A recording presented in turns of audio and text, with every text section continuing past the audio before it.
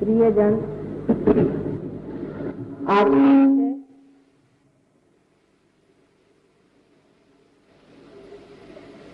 सहजयोग एक अभिनव आविष्कार।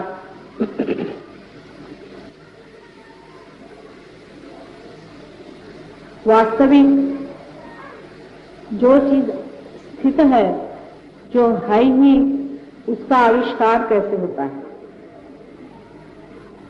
जैसे कि कोलंबस हिंदुस्तान खोजने के लिए चल पड़ा था, तब क्या हिंदुस्तान नहीं था? अगर नहीं होता तो खोज किस चीज की कर रहा था? सहजयोग तो है ही, पहले ही से है, उसका पता सिर्फ अभी लगा है। सहजयोग ये परम तत्व का अपना तरीका है, ये निसर्ग का अपना एक अनूठा तरीका है। यही एक ही मार्ग है जिससे मानव जाति को उत्क्रांति से, इवोल्यूशन से उस आयाम में, उस डायमेंशन में पहुंचाने का एक तरीका है, एक व्यवस्था है, जिससे मानव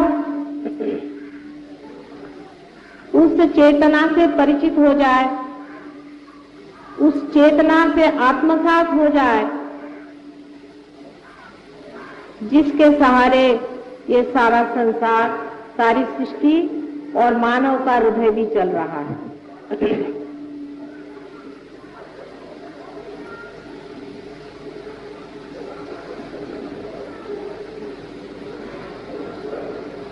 बहुत कुछ इसके बारे में लिखा गया है। पुरातन कालों से ही खोज होती रही। मनुष्य खोज कुछ रहा ही है हर समय, चाहे वो पैसे में खोज ले, चाहे वो सत्ता में खोज ले, चाहे वो प्रेम में खोज ले, वो किसी न किसी खोज की ओर दौड़ रहा है।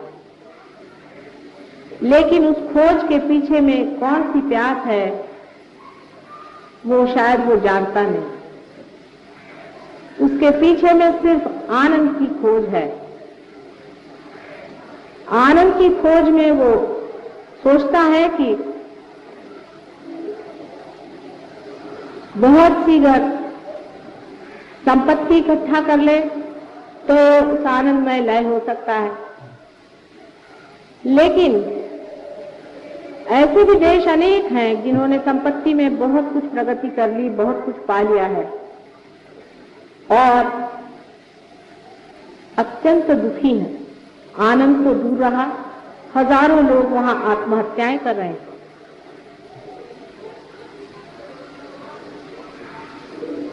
सारे खोज के पीछे में आनंद की प्यास आपको घसीटे चली जा रही है किसी अज्ञात की ओर। सारे इन खोजों में ढूंढते ढूंढते जब मनुष्य हार जाता है कि कहीं मिलता नहीं, तो वो धर्म की ओर मुड़ता है। और धर्म की ओर भी जब मुड़ता है तब भी वो बाहर ही खोजता है। कारण ये है कि जो वो खुद है, स्वयं है, वो खो चुका है, उससे अपरिचित। इसलिए अपने से मनुष्य भागता है, हर समय अपने से भागता है। 2 मिनट अपने साथ नहीं बैठ पाता। उसको अगर 2 मिनट अपने साथ बैठने को कहो तो वो कहता है, प्रभु ये क्या मेरे लिए सजा हो गई, जिसको आजकल बोर्डम कहते हैं। आदमी अपने से इतना क्यों हुआ है। सोचने की बात है कि मनुष्य अपने से इतना क्यों जोरों से भागा चला जाता है। क्योंकि वो अपने से अपरिचित है, अपने सौंदर्य से, अपने वैभव से, अपने ज्ञान से और अपने प्रेम से अपरिचित मनुष्य आनंद की खोज बाहर की ओर करते हुए दौड़ रहा है। आनंद बाहर है नहीं, वो अंदर है, आप में है। आप स्वयं आनंद स्वरूप हैं, आप परमात्मा स्वरूप है, ऐसा सब लोग कहते हैं। सिर्फ बातें करने से ही ये बात पूरी होने वाली है। मराठी में कहते हैं, बोला का तो भात, बोला की तो कड़ी। चाहे हम आपको कहें कि आप निराकार को खोजें, चाहे साकार को खोजें, सो सब बातें ही बातें तो हो गई, हजारों बातें हो गई, करोड़ों किताबें लिखी गई, न जाने कितने ही जीवन बर्बाद हो गए। इंसान की इस खोज का कोई अंत नहीं।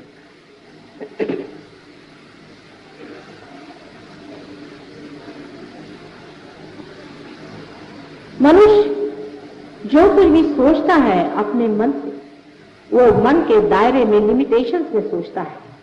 मन से परे की जो बात है वो इस मन से समझने वाली है नहीं। अब जैसा मेरा भाषण भी है, ये भी आपके लिए सिर्फ बातचीत ही है, ये भी एक बातचीत ही है, क्योंकि इस बातचीत से आप उस परमात्मा को नहीं जानते। जितनी भी इस पर मैं बात करती जाऊं उतने ही आपके मन पे इसका बोझा बनता जाएगा। अगर मैं कहूं कि कोई बोझा न रखो तो उसका भी बोझा बनते जाएगा। इसी तरह की व्यवस्था परमात्मा ने हमारे अंदर कर दी है कि मन से हम जो भी करेंगे तो बोझिल हो जाएगा और उस बोझे के नीचे हम दबे हुए उड़ नहीं सकते वहां पर जहां पर हमें जाना। इसीलिए खोज आज तक अधूरी ही रही है। लेकिन नवनिर्माण की बात मैं आपसे करने वाली हूं, सिर्फ बात ही नहीं, इसका आविष्कार जो कि खोज निकला है। उत्क्रांति के मार्ग में ऐसा ही होता रहा है कि कोई प्राणी अति विशेष स्पेशलाइजेशन में या विशेषज्ञ हो गया तो वो डूब जाता है, खत्म हो जाता है। उसी तरह से मनुष्य का भी हुआ जा रहा है कि इतना ज्यादा आपस की जो विरोध और कंपटीशन चल रही है, उससे मनुष्य ने भी अपने दिमाग को इतना ज्यादा विशेषज्ञ कर लिया है कि वो फटा चला जा रहा है उसका दिमाग। और एक अब नया तरह का मानव आने की जरूरत है जो इस मन से परे उस शक्ति को जान ले, जो इस मन को भी चलाता है और इस हृदय का भी स्पंदन करता है। उस शक्ति को जानने के बारे में कितनी ही बातें आप करिए और कितना ही उस पर प्रयत्न करें, आप वहां नहीं पहुंच सकते। ये बात निसंदेह, ऐसे तो सभी ने यही लिखा है जो मैं कह रही हूं, कोई मैं ऐसी विशेष बात तो कह नहीं रही। नानक जी को आप पढ़ें, कबीरदास जी को आप पढ़ें, आप वशिष्ठ को पढ़ें, गुरुओं के गुरु जनक के बारे में आप पढ़ें।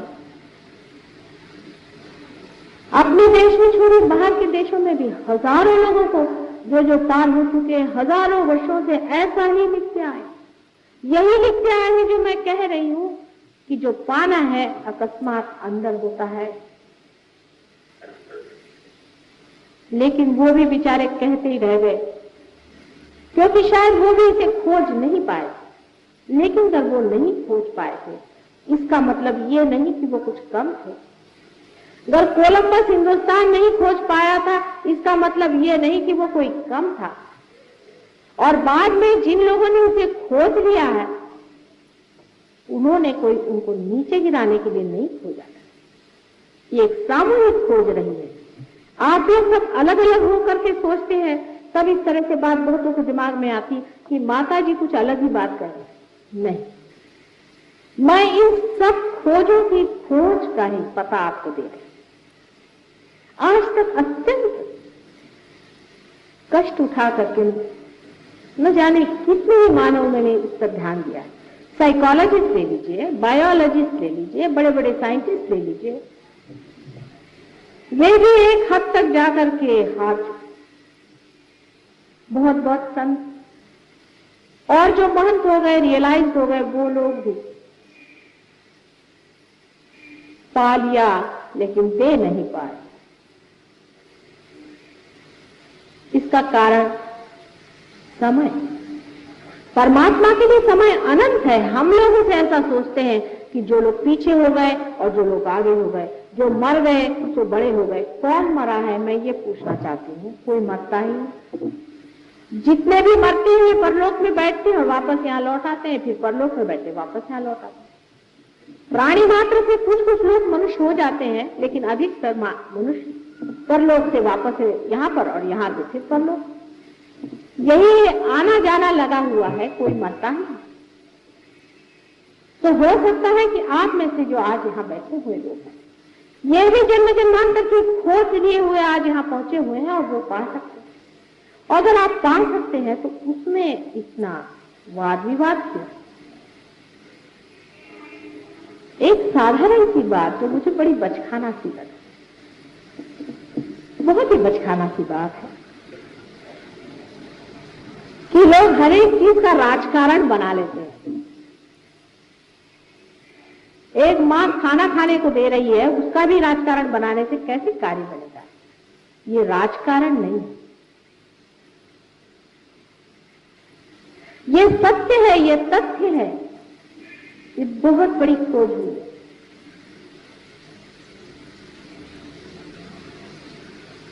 यहां पर जो लोग रियलाइज लोग बैठे हैं वो समझ रहे हैं मैं क्या कह रही हूं। धर्म की खोज में मनुष्य परलोक तक पहुंच पाया है, अभी तक परम तक नहीं पहुंचा। और जो परम में पहुंचे भी थे वो परम को नीचे नहीं ला सके। और लोगों के लिए ये बात बहुत सत्य है, क्योंकि जैसे आपके अनेक जन्म हुए, मेरे भी अनेक जन्म हैं, और इन सब बड़े बड़े खोजने वाले से मेरा भी बहुत नजदीकी संबंध रहा है। और वो मेरे जितने अपने हैं शायद आप लोगों के नहीं है। जो लोग बड़े बड़े झंडे लगाते हैं कि हम मुसलमान हैं, हिंदू हैं, ये हैं, वो हैं, वो सिर्फ एक वकीली लेकर के झूठ मूठ के आए। उनके पास कोई भी गारंटी नहीं है कि पिछले जन्म में हो सकता है जो हिंदू था वो मुसलमान रहा हो, जो मुसलमान हो वो ईसाई रहा हो। जब जन्म जन्मांतर की बात है, जब अनंत की बात है, तो सोचना भी उसी लेवल पे, उसी स्तर पे होगा। वो स्तर ऐसा है कि जो कुछ परम है वो जड़ नहीं है, जो कुछ परम तत्व है वो जड़ नहीं है, जो कुछ सकी है वो ग्रोथ नहीं है, जो कुछ सूक्ष्म है वो जड़ नहीं है। इस बात को आप ठीक से समझिए।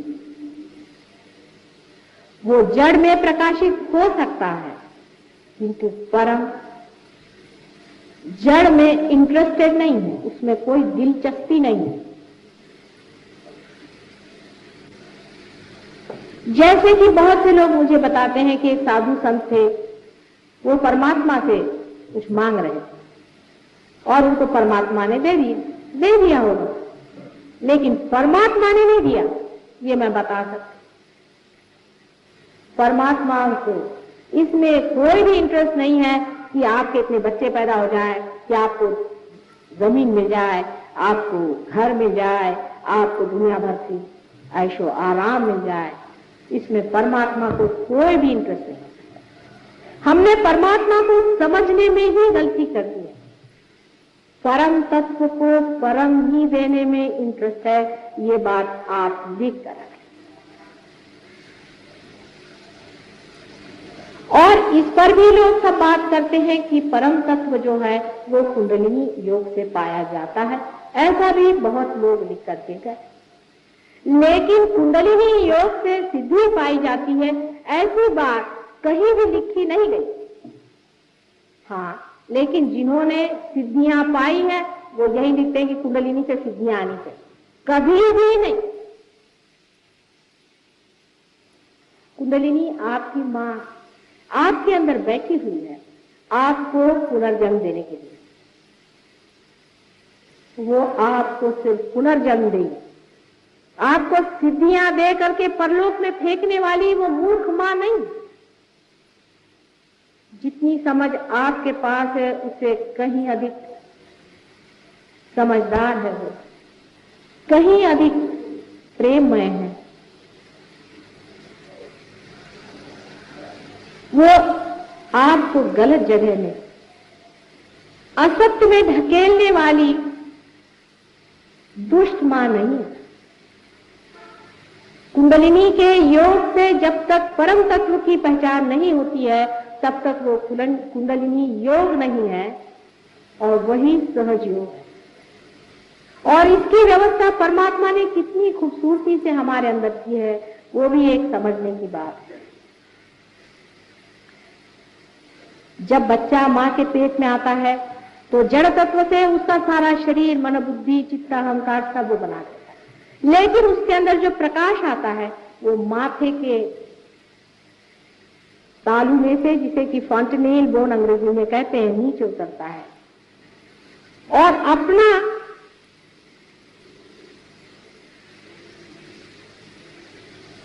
ब्रेन, मस्तिष्क, जिसका आकार त्रिकोणाकार एक प्रिज्म के जैसा है, उसमें से यही शक्ति गुजरते वक्त 3 हिस्सों में बट जाती। ये सब परमात्मा ने किस खूबी से किया है, ये जानने के लिए यहां अगर कोई डॉक्टर हो तो वो समझ सकता है। इसी को हम सिंपैथेटिक और पैरासिम्पैथेटिक नर्वस सिस्टम कहते हैं। हमारे शरीर के अंदर 2 ऐसी शक्तियां विराजमान हैं कि जिसके बारे में हम बहुत कुछ कम जानते और जिसके बारे में हमें पता लगाने में बड़ी दिक्कतें होती हैं, खास करके पैरासिम्पैथेटिक नर्वस सिस्टम। अपने योग शास्त्र में इसे सुषुम्ना और ईड़ा और पिंगला ऐसी 2 सिस्टम्स बताएंगे। ईड़ा और पिंगला ये दोनों ही अपने शरीर में सिंपैथेटिक नर्वस सिस्टम का उद्भव करते हैं, माने उसका जड़ तत्व जो है वो सिंपैथेटिक नर्वस सिस्टम। अब ऐसा समझ लें कि परमात्मा ये पेट्रोल अपने सर में यहां से भर देते हैं और पेट्रोल भरते वक्त वो कुछ ऐसी घटना घटित होती है कि प्रिज्म के अंदर से गुजरने वाले उनके किरण आपस में इस तरह से आ करके और फिर मुड़ जाते हैं, जिसे डिफ्लेक्ट होना कहते हैं, और फिर नीचे जा करके उनकी ईड़ा और पिंगला ऐसी 2 नाड़ियां बनती हैं और जो बराबर बीचों बीच शिखर पे से बीचों बीच उतरने वाले किरण आपकी कुंडलिनी बन करके जो त्रिकोणाकार अस्थि अपने मज्जा तंतुओं के नीचे बना हुआ है उसमें वास करते। इसे एक बात तो जाहिर हो गई कि हमारी कुंडलिनी जो है वो ऐसी जगह बैठी हुई है जिसका संबंध सेक्स से कुछ नहीं। अब आप अगर किताबें पढ़ें तो कुंडलिनी शास्त्र पे आप सब जान जाइएगा कि ऐसा होता है, वैसा होता है, ये है, वो है, लेकिन कुंडलिनी को उठाने वाले जो बहुत कुछ मुझे भी मिले हैं और मैंने भी जाने हैं, वो सब सिंपैथेटिक पे आपको ले जाते हैं, सुषुम्ना में उठाते नहीं है। उसकी एक पहचान है, अगर आपके अंदर कोई डॉक्टर हो तो समझ लेगा इस बात को जो मैं कह रही हूं कि पैरासिम्पैथेटिक नर्वस सिस्टम सुषुम्ना नाड़ी है जो कि बीचों बीच है, और उसकी पहचान एक है कि जब कुंडलिनी उठती है तो आंख की पुतलियां बड़ी हो जानी चाहिए। ये तो साधारण बाहर की पहचान है। किसी भी डॉक्टर से आप पूछ लें कि जब पैरासिम्पैथेटिक नर्वस सिस्टम एक्टिवेट होती है तो पुतलियां डायलेट होनी चाहिए। और बाहर भी हम आपको दिखा सकते हैं अगर आपकी नजर खुली हुई हो तो, क्योंकि आज तो हर एक चीज का आपको कोई ना कोई प्रूफ ही देना पड़ता है, नहीं तो कुछ समझ में नहीं आती बात है। इसका भी एक प्रूफ है कि अगर आप हमारे किसी इसमें आए या आज ही आपको दिखा देंगे तो कुंडलिनी का स्पंदन भी आप देख सकते हैं कि सबसे पहले त्रिकोणाकार अस्थि पे जोरों में होता है। आप जानते हैं कि त्रिकोणाकार अस्थि पे कभी भी कोई स्पंदन होता नहीं, वो हम दिखा सकते हैं। आप अगर देखें कि त्रिकोणाकार अस्थि में स्पंदन होता है और धीरे धीरे स्पंदन ऊपर की ओर उठता है और उसके साथ साथ बीच बीच में किसी किसी जगह ज्यादा स्पंदन होता है, वही अपने केंद्र। ये आपको दिखाया जा सकता है और उसको आप देख सकते हैं, उसकी प्रचिति है।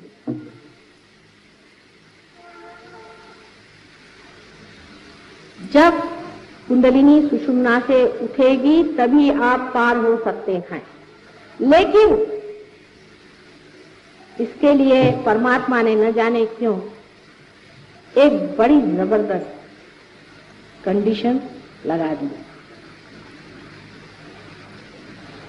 एक बड़ी भारी अटकल है, उसमें जो देना ही पड़ेगा वो ये है कि कुंडलिनी सुषुम्ना पे तभी आएगी जब परमात्मा का असीम प्रेम उस आदमी में उतर पड़ेगा। जब तक वो प्रेम मनुष्य में उतरेगा नहीं, कुंडलिनी उठने वाली नहीं है, चाहे आप कुछ करें।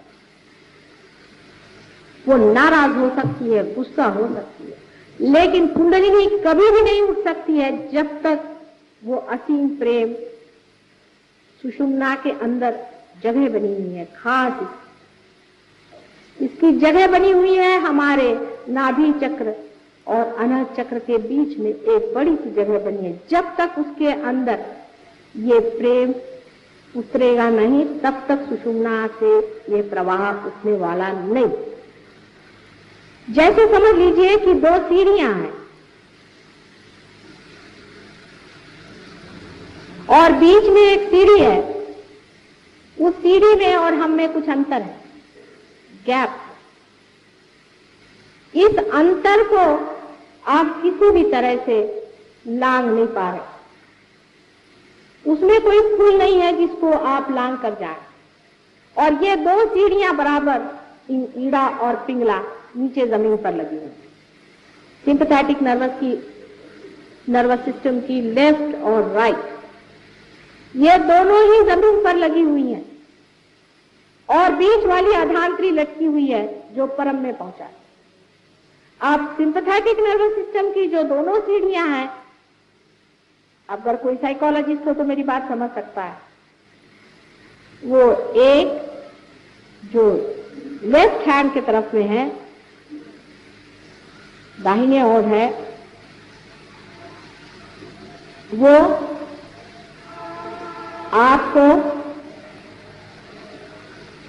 पहुंचा देती है ईगो में, अपने अहंकार। और जो राइट हैंड साइड में है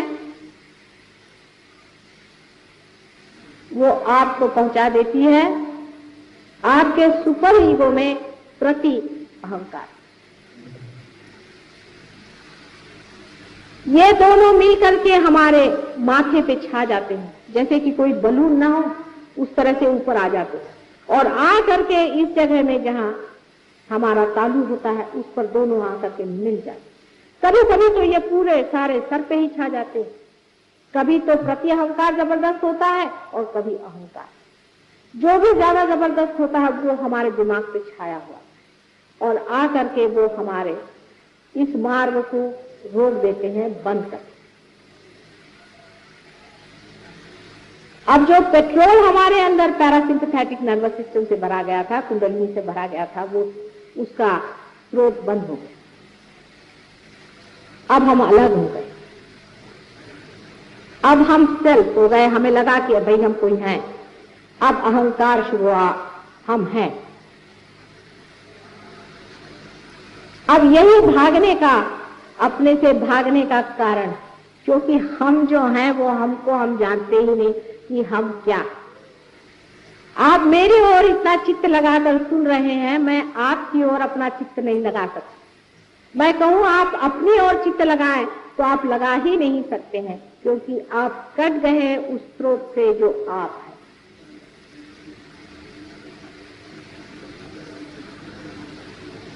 एक जो प्रति अहंकार है, सुपर ईगो है, उस पर बोझे जितने भी हमारी ओर से पड़ते जाते हैं, हर तरह के बोझे, उसको आप कह सकते हैं इस तरह के बोझे जिसमें हम अपने सिखाते हैं ये करो, वो करो, ऐसा नहीं करना चाहिए, वैसा नहीं करना चाहिए, ऐसा नहीं करना चाहिए, इधर नहीं जाना चाहिए, वो नहीं खाना चाहिए, इस तरह की चीजें।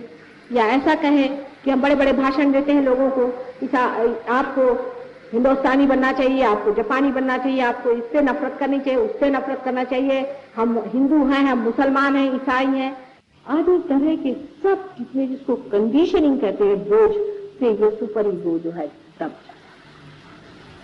और जो अहंकार है वो ये कहता नहीं हम तो ये हैं, हमें ये करना चाहिए, वो करना चाहिए। जो कहता है नहीं करना चाहिए वो तो सुपर ईगो, और जो कहता है करना चाहिए वो ईगो। असल में हम न तो कुछ नहीं करते हैं, न तो हम कुछ करते हैं। करने वाला तो कोई और ही है, बेकारी में बचखानापन है। करने वाला अपना काम तो करता ही है और करेगा ही, लेकिन यही जड़ता हमारे अंदर दोनों है कि हम उस पेट्रोल को इस्तेमाल करते हैं इन दोनों ईड़ा और पिंगला से, अपने सिंपैथेटिक नर्वस सिस्टम से, उससे हम अपने को कंडीशनिंग कर लेते हैं, बोझे में डाल लेते हैं। बीचों बीच सुषुम्ना नाड़ी। अब बहुत से लोगों ने मुझसे ऐसा भी कहा कि माता जी आप तो इनके विरोध में बोलते हैं, उनके विरोध में बोलते हैं। भाई मैं किसी के विरोध में नहीं बोल रही, लेकिन तुम तो गलत सीढ़ी से चढ़ गए ना, उसे तो उतारना पड़ेगा ही जो बीच की सीढ़ी में तुम्हें चढ़ाना है। इसमें किससे मैं विरोध कर रही हूँ, मेरी समझ में नहीं आता कि इसमें किससे विरोध करके मुझे क्या करना है। मैं तो आपसे बता रही हूँ कि आप गलत सीढ़ी से चढ़ गए, सभी उतर आइए। मैं तो बड़े बड़े गुरुजनों से मिलने जाती हूँ, उनसे बात करती हूँ कि आप कर क्या रहे हैं। कुछ करने से परमात्मा नहीं मिल सकता, इन लोगों से कुछ करवाए हुए नहीं, ये करने धरने से परमात्मा नहीं मिल सकता। ये आपको मैं क्या बता रही हूँ, आप वशिष्ठ पढ़े या नहीं तो आदि शंकराचार्य को पढ़े जो कि हिस्टोरिकल चीज है, उनको भी पढ़े। उन्होंने भी यही कहा है कि आप परमात्मा को पाने के लिए कुछ कर नहीं सकते, लेकिन अंतर उनमें मुझमें जरा सा थोड़ा सा फर्क है। इतना ही अंतर आता है कि उन्होंने कहा था कि परमात्मा को पाने के अधिकारी बहुत ही कम, इसलिए ठीक है कि कुछ भक्ति में रहें और कुछ अपने ऊपर योग वोग लगाकर अपने मन को अनुशासित करें। लेकिन उन्होंने भी कहा था कि अनुशासित मन, फिर चाहे वो किसी भी तरह का, और वैसा भी मन कि जो विषयों के पीछे दौड़ता है और अपने को जिसको इंटेलिजेंस कहते हैं, दोनों ही मन इस कार्य के लिए व्यक्त है। ऐसा सुंदर मन जो छोटे बच्चों जैसा निष्पाप हो, वही इस परमात्मा को पाने का अधिकारी है, ऐसा उन्होंने साफ साफ कहा। लेकिन कौन पढ़ता है उनको कोई पढ़ता जो नहीं ना। प्रश्न तो यह है कि हम लोग सभी को पढ़ते हैं और उसमें से उनको ज्यादा पढ़ते हैं जिनको धर्म के बारे में कुछ मालूम नहीं, और मालूम भी है तो थोड़ा बहुत मालूम। जो अपने को बहुत हिंदू कहलाते हैं उनको पहले आदि शंकराचार्य को पढ़ना चाहिए। आदि शंकराचार्य ने तो हिंदू धर्म की संस्थापना करी थी, फिर आदि शंकराचार्य को क्यों नहीं पढ़ते? दुनिया भर के लोगों को आप पढ़ते हैं, उनको क्यों नहीं आप पढ़ते हैं और उनको आप जानते क्यों? उसमें मुझ में जो अंतर है वो इतना ही है कि वो कहते थे कि बहुत ही करोड़ों में एक बहुत है, मैं कहती करोड़ों में लाख तो है ही। समझते ये आशावाद का अंतर नहीं है, ये समय का अंतर है। समय का कलयुग का समय है ही बड़ा घनघोर युद्ध का समय, अंधकार और प्रकाश का घनघोर युद्ध बस चल रहा है। आपको पता नहीं क्योंकि आप सिर्फ अभी मुझे ही देख रहे हैं, अपने से परे आप किसी को देख नहीं पा रहे हैं। लेकिन जो लोग रियलाइज हैं वो जानते हैं कि कैसा कैसा चंग बांधा गया। आज पूर्णिमा का रोज है, आज दोनों का जोर है। नेगेटिव और पॉजिटिव फोर्सेस दोनों अपना जोर बांध रहे हैं। सिंपैथेटिक और पैरासिम्पैथेटिक का पूरा जोर है। सिंपैथेटिक पैरासिम्पैथेटिक को चूसे चली जा रही है, और सिंपैथेटिक कितना भी चूस ले, अगर पैरासिम्पैथेटिक उस अनंत से एकाकार हो जाएगी तो उसमें वो भरता ही रहेगा। कितना भी आप पेट्रोल खर्चा करें, अगर वो पेट्रोल पंप ही में लगा हुआ है तो फिर क्या डरने की?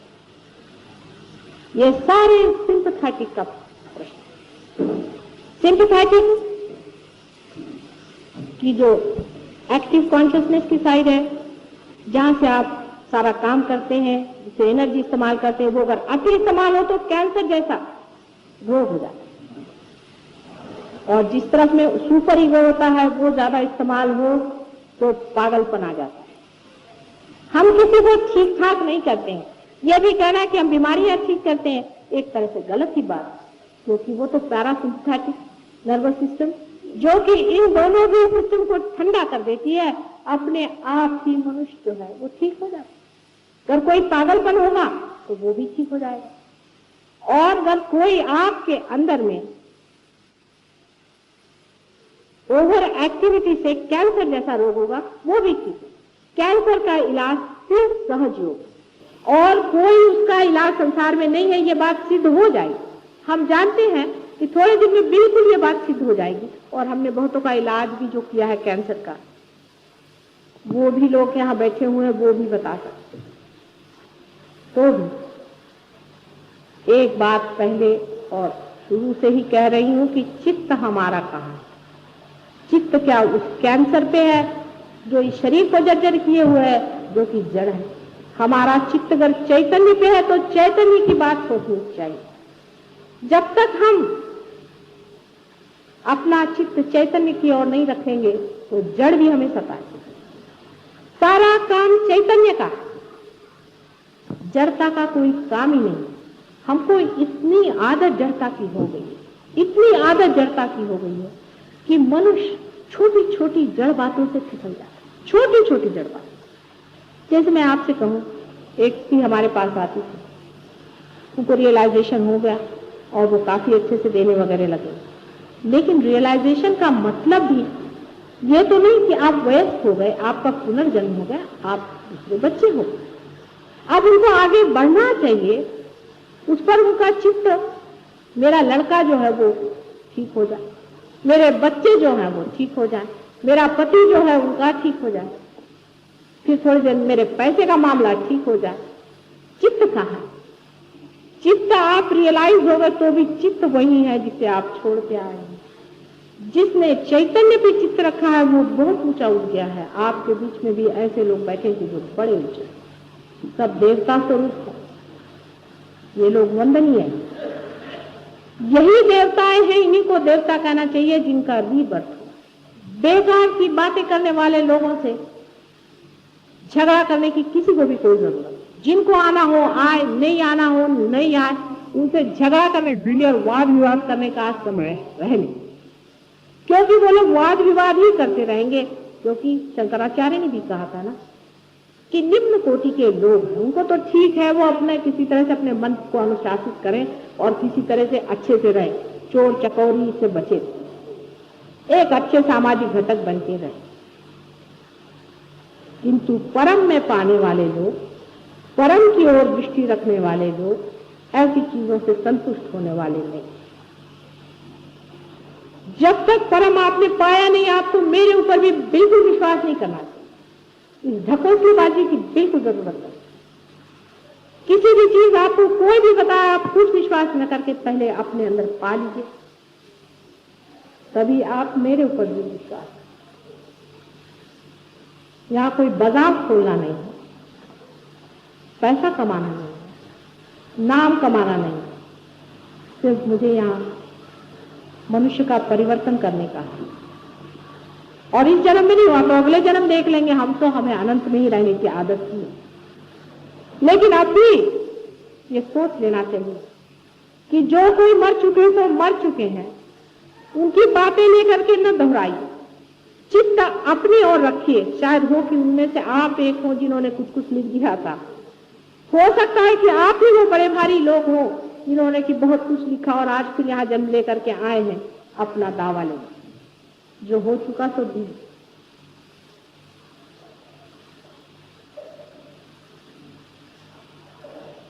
सहज योग में जो साधक होता है उसे कुछ भी नहीं करना। जो डूब रहा है पानी में वो कुछ न करे तो अच्छा है, लेकिन बाकी के तैराक लोग उसे बचाते हैं और उसे उठाते हैं। यही साधारण तरह से सहयोग आप समझिए। जो लोग अपने सूत्र पे उतर गए हैं, जो लोग पार हो गए हैं, जो अपने अंदर एकाकार अपनी शक्ति से हो गए हैं, वो ही सब कुछ करेंगे। आप शांत बैठिएगा जो अभी तक पार नहीं है। आपके सूत्र में आकर वो आपको प्यार देंगे, आपके सूत्र पे आकर वो आपके चक्रों को ठीक करेंगे, क्योंकि आप अभी अपने चक्रों को जानते ही नहीं। जब आप पार हो जाएंगे तब आप मेरी बात जानिएगा कि हाँ यहाँ चक्र है, ये चक्र घूम रहा है, वो चक्र चल रहा है, उनका ऐसा चक्र है। तभी आपको कलेक्टिव कॉन्शियसनेस जिसे कहते हैं, सामूहिक चेतना, उसका आभास। पहले ही से नाही करने लोगों का ये स्थान नहीं है और न ही उनके लिए यहाँ पर कोई व्यवस्था की जाए। ऐसे लोग जो कि आप हैं, चाहे वो कितने भी कंडीशन हो, लेकिन जो सच्चाई चाहते हैं और जो चाहते हैं कि हमारे अंदर परिवर्तन हो जाए, वो सर आंखों पर हमारे, और मुझे पूर्ण विश्वास है कि इस जन्म में ही उनको मिलेगा, चाहे उनकी कैसी भी कंडीशनिंग हो गई हो, चाहे उनके कुंडलिनी साथ कैसा भी खिलवाड़ हो। खिलवाड़ बहुत हो चुके हैं। पर मैं कहती हूँ कि किसी की कुंडलिनी की खराबी आ गई है, उसमें लोग मुझे कहते हैं आप विरोध कर रहे हैं। भाई पागलपन की बात है। मुझे एक माँ है, अगर बच्चे की कोई चीज बिगाड़ देखती है, अगर उससे वो बताती तो किसी का विरोध नहीं करे। तुम्हारी अबोधिता में, तुम्हारे सादगी में अगर तुम्हारा कुछ बिगाड़ हो गया है तो उसको हम ठीक करने के लिए बैठे होंगे। लेकिन पहले ही से इस तरह की बात सोच लेना, ये कौन सी आर्तता है, ये कौन सी मांग है। गुरु का आज गुरु पूर्णिमा का आज दिवस है और सहयोग का पूर्ण वर्णन विशद रूप से करना किसी छोटी समय में संभव नहीं। मेरा आज विचार था कि काफी विषय पे मैं कह सकूंगी, लेकिन मैं जानती हूँ ये विषय अत्यंत विशद है, सागर के। और मेरे अनेक ध्यान के क्लास में मैंने लोगों से बताया है, इतना ही नहीं, जो लोग रियलाइज हैं वो उस स्तर पे आ गए हैं कि इस बात को समझ पाए, क्योंकि उनके हाथ से वो प्रवाह, वो आनंद लहरियां बह रही हैं, वो प्रेम की लहरियां बह रही हैं, जिससे वो समझ सकते हैं कि कलेक्टिव कॉन्शियसनेस क्या है, सामूहिक चेतना क्या है। इसको भी समझना चाहिए कि ये कौन सी चीज। अभी बहुत से लोग आप में ऐसे भी होंगे जो मेरी ओर हाथ करके बैठे तो आपके अंदर ऐसा लगेगा जैसे हाथ थरथरा रहे हैं, कपकपा रहे हैं, आपको ऐसा लगेगा। अब उस पर लोग कहेंगे कि नहीं हमें वाइब्रेशंस आ रहे हैं। वो वाइब्रेशंस नहीं है, वो तो आप हमारे विरोध में है। आपके अंदर कोई चीज हमारा विरोध कर रही है पूरी समय। ये जो हम प्यार आपको दे रहे हैं उसके विरोध में थरथरा, ये आप हमारे विरोध में खड़े हैं इसलिए आप थरथरा रहे हैं, वो वाइब्रेशन।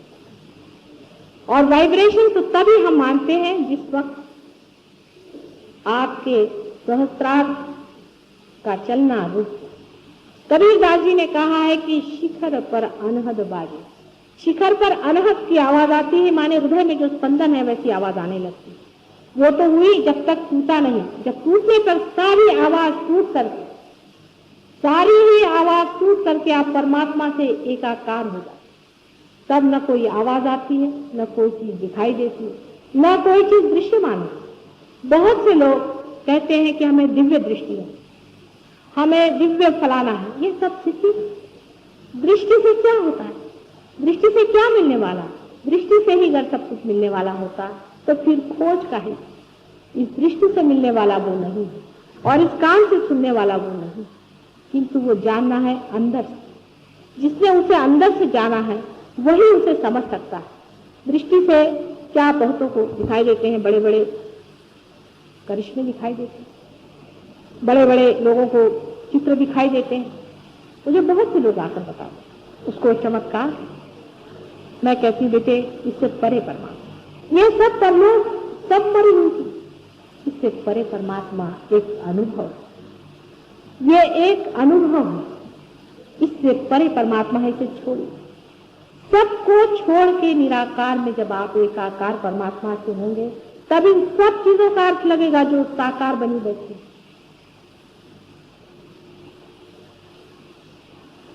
इस आनंद लहरी से लोगों ने बहुतों को ठीक भी किया, बीमारियां ठीक हुई। लेकिन सबसे बड़ी जो चीज हुई है जिसका मुझे बहुत आनंद है कि 10 आदमी पार भी हो गए, सब ने मिलकर सामूहिक क्या पार हो।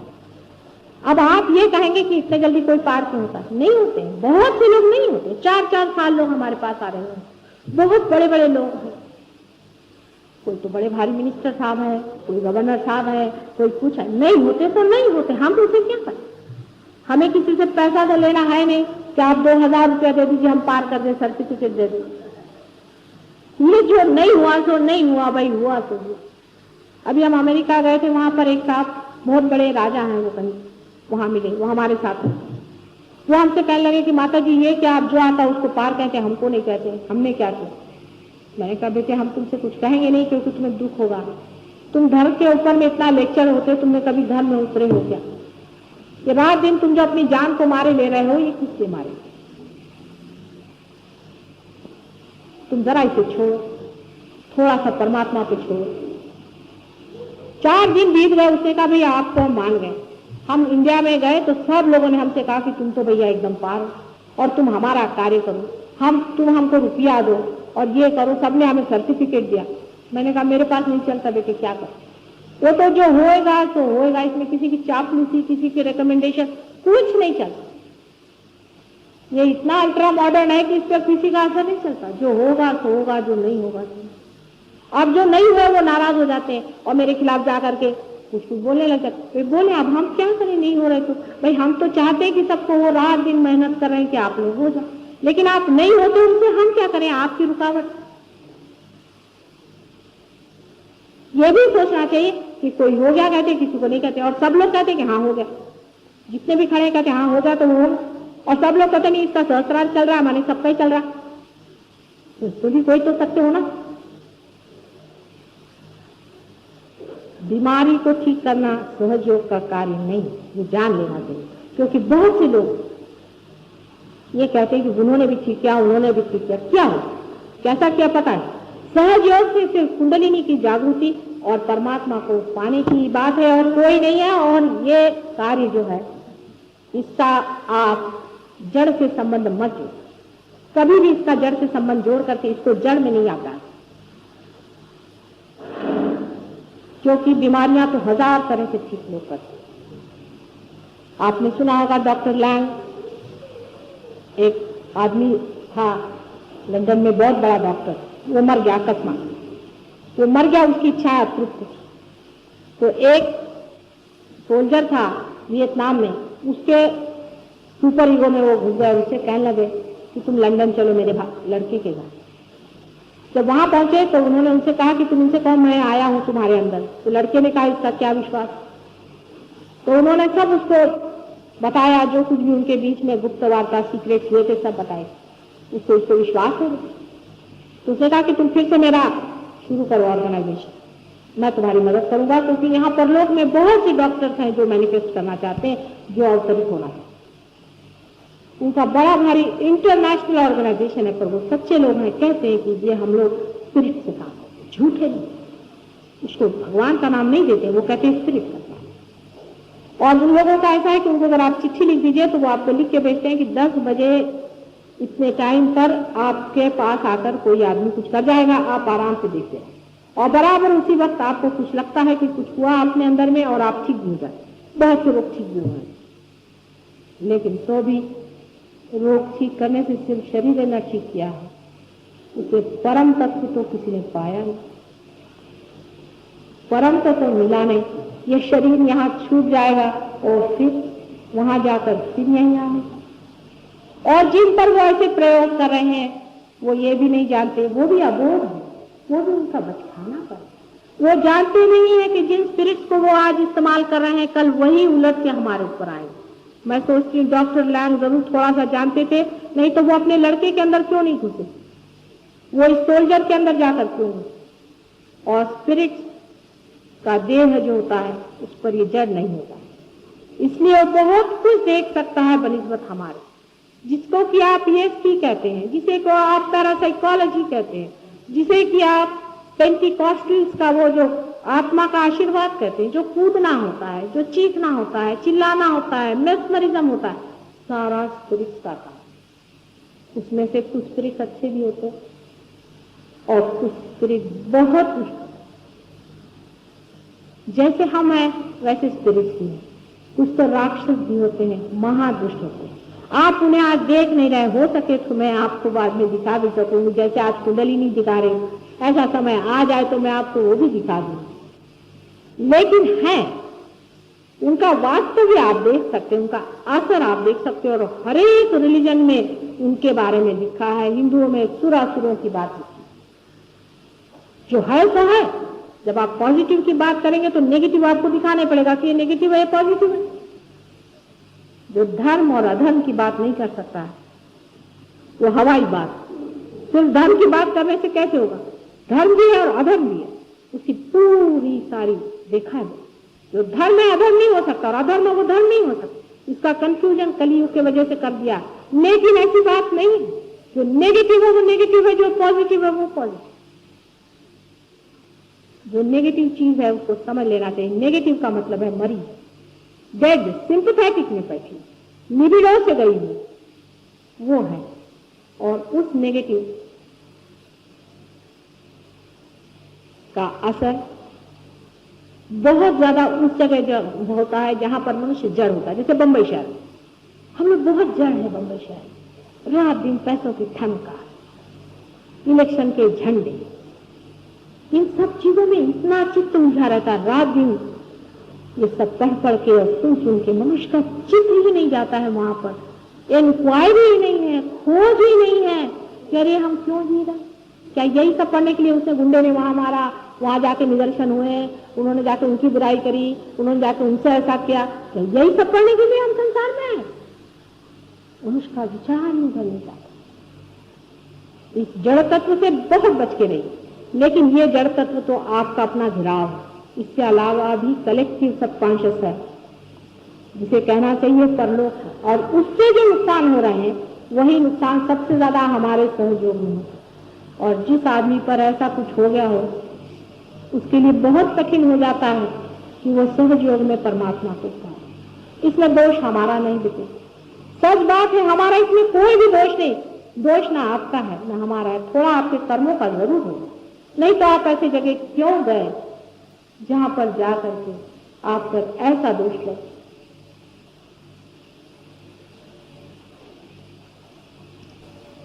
पूरी सतर्कता में स्वयं स्फूर्त अपने आप होने वाला जीवन का विकास, यही सहयोग।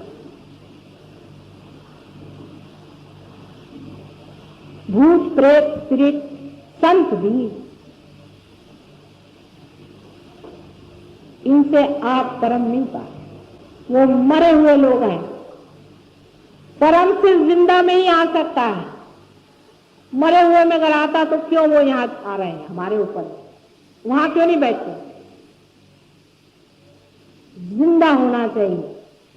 आदमी जब तक जिंदा नहीं होगा, सतर्क नहीं होगा, उसकी चेतना जब तक पूरी तरह से जागरूक नहीं होगी, तब तक उसके अंदर सहयोग नहीं हो सकता। पूर्ण जागरूकतावस्था में जो चीज आप पाते हैं वही परम है। समाधि में लोग सोचते हैं कि आंखें ऊपर हो गई, गुल हो गए, हम 2-2 घंटा बैठे हुए हैं। ये सहयोग से नहीं होने वाला। ये सब आपका सबकॉन्शियस, जिसे कि मैं कहती हूँ मृत लोक है, उसमें आप उतर रहे हैं। उससे कोई भी आपको चिरस्थायी फायदा नहीं है। जिस मनुष्य को परम पाना है उसको सोच लेना है कि जो मैं सतर्कता में, पूरी स्वतंत्रता में पाऊंगा वही मैं पाऊं। पूरी स्वतंत्रता आपको है। यहां तक किसी भी तरह का भक्ति भाव मेरे प्रति न हो, बिल्कुल नहीं होना चाहिए। जैसे एक साधारण सौम्य स्त्री होती है, वैसे ही मैं घर गृहस्थी की एक साधारण स्त्री हूं, ऐसा ही समझ लीजिए। कुछ विशेष हूं ये सोचना ही नहीं, ऐसा ही सोच के आइए। ये स्वतंत्रता भी होनी चाहिए, तभी आप पाएंगे। चाहे आप 10 हो, चाहे आप 1 हो, हमारे लिए काफी। इसके नंबर से नहीं होता, हालांकि नंबर बढ़ाना होगा, नंबर जरूर बढ़ाना होगा, इसमें कोई शंका नहीं। कार्य जोरों में अगर हो जाए तो हो सकता है, हालांकि परम ऊपर से बाहर चला जाए। एक नव निर्माण के लिए, एक नई चेतना के लिए, एक नए तरह के मानव की उसने व्यवस्था की हुई है इस पैरासिम्पैथेटिक की जगह। एक प्रेममय, एक ज्ञानमय, एक सौंदर्यशाली मनुष्य की रचना होनी ही पड़ेगी और होके ही। आप लोगों ने इतनी देर तक मेरा भाषण सुना है। गुरु पूर्णिमा के दिन मुझे यही कहने का है कि इस जन्म में मैं गुरु हो गई हूँ, और तो किसी जन्म में ये कार्य नहीं किया था। पहली मर्तबा गुरु का कार्य करना पड़ा। शायद हो कि माँ को ही गुरु होना पड़ता है, ये कलयुग का मामला है। इसलिए नितांत परमात्मा की जो भी शक्ति है वो किसी माँ के ही हृदय से बहे उसी की करुणा और उसी के प्रेम में कुंडलिनी को संजोया जाए और उसे उस शिखर तक पहुंचा दिया जाए जहां पर कि वो अपने गौरव में, अपने आनंद में और अपनी शान में विराजित हो। ये शायद हमारे ही भाग्य में, इसीलिए इस जन्म में ये गुरु का स्थान स्वीकृत हुआ है। माँ गुरु बन जाए ऐसा कहीं होना बड़ा कठिन है, क्योंकि माँ अत्यंत कोमल होती है। गुरु तो मार भी देगा, पीट भी देगा, डांट भी देगा, लेकिन माँ एक भी कठिन शब्द बोलते वक्त उसके हृदय में कसोटती है, तकलीफ होती है बहुत। और जब वो देखती है कि मेरे बच्चे कितने ताड़ना से आए हुए हैं और इनको किस तरह से इनको संजो करके संभाल के प्यास उस किनारे ले जाना है, तब उसकी जिम्मेदारी भी इतनी बढ़ जाती है, उसका सारा व्यक्तित्व दूसरा हो जाता है। लेकिन आदिकाल से ही लोग कहते आए हैं कि माँ से बढ़ के गुरु कोई नहीं है। गुरु उसी को मानिए जो आपसे बड़ा हो जो आपसे बड़ा परमात्मा है। रामदास स्वामी ने गुरु के बारे में ऐसा कहा था कि गुरु उसे मानिए कि जो स्वयं तो पारस है ही, दूसरों को छूते ही वो सोना नहीं बना देता उसे, पर पारस बना देता। जैसा खुद है वैसा ही दूसरों को बना देता। और इसीलिए ये माँ स्वरूप चीज। माँ बच्चों में जीती है, बच्चों के गौरव में गौरव पाती। इसलिए इस जन्म में शायद परमात्मा की यही इच्छा रही कि ये प्रेम और ये ज्ञान एक माँ के अंदर से आपको मिले। अभी हम लोग ध्यान में जाएंगे, इसके बाद में आप लोग आज के पास इसमें बैठे, अपने विचार, अपने विरोध इनको छोड़ दें थोड़ी देर के लिए, इसलिए कि आपको अपना मंगल और कल्याण कर, अपने साथ अच्छाई कर, अपने साथ बुराई न कर। किसी भी एक चीज को पकड़े बैठे हुए हो उसे छोड़ दो थोड़ी देर से। हमें आपसे कुछ लेना देना नहीं और आपकी स्वतंत्रता हमें छीननी है, किसी भी तरह, किसी भी कीमत पे मैं आपकी स्वतंत्रता से छीना। जैसे लोग पागल जैसे किसी पीछे दौड़ते हैं, हजारों रुपया उन पर दे देते हैं, चीजों दे देते हैं। अरे चीजें लेते किससे हो? गुरु हो जो आपसे कुछ नहीं ले सकते। गुरु को आप क्या देंगे? आप मुझे कुछ नहीं दे सकते, आप मुझे वाइब्रेशन भी नहीं दे सकते। आपको आश्चर्य होगा, आप मुझे वाइब्रेशन नहीं दे सकते। एक दिन मेरे पैर में चोट लगी तो एक डॉक्टर थी, वो कल माता जी मैं आपको वाइब्रेशन देने का दो तो सही। जो वो वाइब्रेशन देने लगे, जहां से चोट लगी वहां से इतने जोर से उनको वाइब्रेशन आए कि वो तो ध्यान में चली गई। माता जी कहने तो जगह में वाइब्रेशन आ रहा है और मेरी जो चोट थी वो एकदम हल्की है। गुरु वो है जो आपसे कुछ भी न ले सके, जो शिखर पे बैठा हुआ है वो नीचे की ओर बहेगा, उसकी ओर कोई नहीं कुछ नहीं दे। असंभव की बात। अगर मैं किसी से कहती बेटे मुझे मत दो, इसलिए क्योंकि वो ढकोसला है, आप मुझे कुछ भी नहीं दे, उल्टे आप कुछ मांगते हैं मुझसे, सारा की सारा व्यक्तित्व जो है वो खोल उठता है और इतने जोर से अंदर से सारी की सारी प्रभावशाली शक्तियां दौड़ने लग जाती हैं कि किस तरह की इस प्रेम से इस बच्चे को मैं संभाल। जरा सा कोई कुछ मांग ही ले, परम परम मांगिएगा।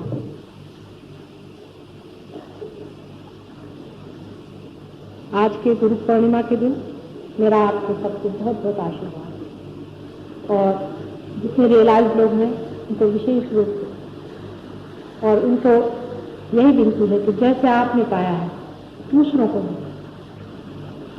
देने का पूरा प्रयत्न, उनको भी इस ओर लाने का प्रयत्न।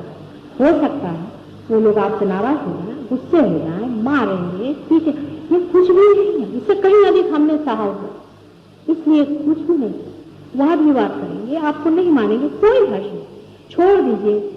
जो आपको मानते हैं उन्हीं पर ही अनुग्रह करना, यही कुछ रंग देना है, यही आप दे सकते कि मेरा प्यार संसार में सब जगह पहुंचे और घर घर दीप जाए। बहुत बहुत आप सबका धन्यवाद।